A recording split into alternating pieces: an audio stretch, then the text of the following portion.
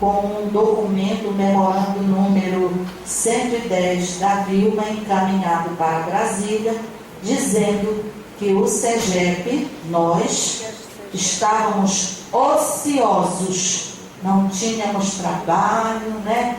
Não cumpríamos carga horária, não cumpríamos as nossas tarefas assim. Então, as coisas não acontecem só lá não, só lá na ponta, estão acontecendo aqui com a gente, tá? E eu vou ler, tá? A Iranilda ficou extremamente abalada com esta situação e nós nos reunimos e resolvemos, ela passou para nós a situação e nós resolvemos tomar uma atitude, tá? Desta atitude, nós fizemos um manifesto que eu vou ler para vocês.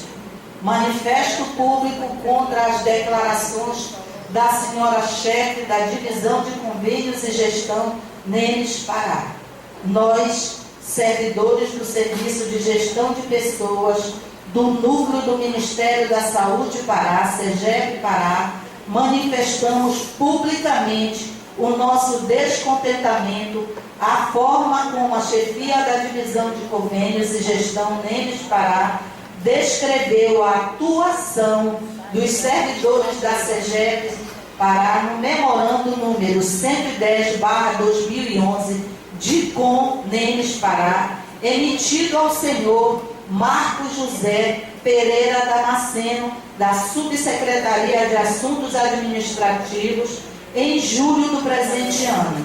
No documento, a chefia afirma que a SEGEP não apresenta maiores demandas de trabalho e ainda pratica uma redução de carga horária de trabalho, sem precedentes legais, por conta de uma suposta ociosidade no trabalho. Ora, trata-se de uma informação profundamente equivocada e injusta sobre os servidores deste setor.